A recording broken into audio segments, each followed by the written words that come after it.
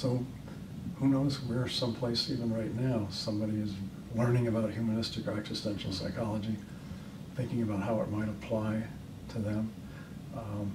Well, I have a Saybrook University graduate student who is writing about an existential view of AIDS and struggling with HIV diagnoses, and really using existential psychology to look at that dilemma. And then for some reason he's also interested in how that plays out in India, where we have this huge country, huge stigma about HIV positive people, gay people and so forth, and how can psychology help influence national, official, legal, public policy in dealing with gay people and HIV and AIDS people there. So I would not have thought of that, but there's a way in which psychology, existential humanistic psychology, is in fact being applied to present day problems. I have a great interest in what I've come to call existential political decision making, where people have a responsibility in the job to make decisions about very complex things in an existential terms with insufficient knowledge, and yet they have to make a choice, and where they're trying to express humanistic, whatever that means, human, caring, creative values in policy making, but where it's very difficult to know how to do that, and the consequences are very risky and unknown. Of course, one of the classic examples is the Cuban Missile Crisis, and how John Kennedy resisted tremendous pressure, to take military action. And I know it's hard to believe that any other president in history, there have probably been a few, maybe Obama, could resist the kind of pressures that he was under, but where he just kept thinking, we've got to find a way to negotiate out of this. And so to look at that, how does a human being, and viewed through humanistic and existential lenses, function in that kind of situation and make tough decisions, whether you're president of the country or you're a military commander or what your responsibility is. How do you make choices about major policy? One of my when I first went to Russia, it was 10 days after the KAL airliner was shot down by the Russians. And so there you have an event, a tragic military event. How do you construe, how do you understand that? What do you do with that diplomatically and propaganda-wise and so forth? How do you not make it go from bad to worse?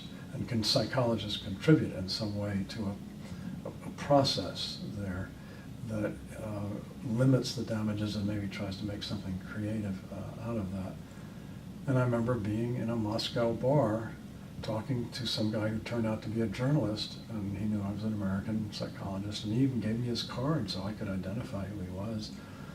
And he was quite outspoken, and I was surprised. He said three things. He said it's a terrible tragedy. Probably both sides were at fault.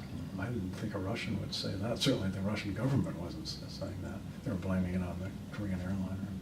And of course the United States government was blaming it on the evil Russians. So he said, terrible tragedy, probably both sides are at fault. We'll probably never get the whole truth from either government. And this is a Russian speaking to an American, and that was part of what we realized was a large trend or movement. There were a lot of Russians who were fed up with the Cold War and wanted to reach out and make creative connections and so forth. So as though Russia were a person, Yeah. you were able to sense that they were on the cusp of some major Exactly. change. Cusp is a very good word there. There was a much needed. And oddly enough, I had two daughters, and I kept meeting Russian men who had daughters. And I thought, what is this?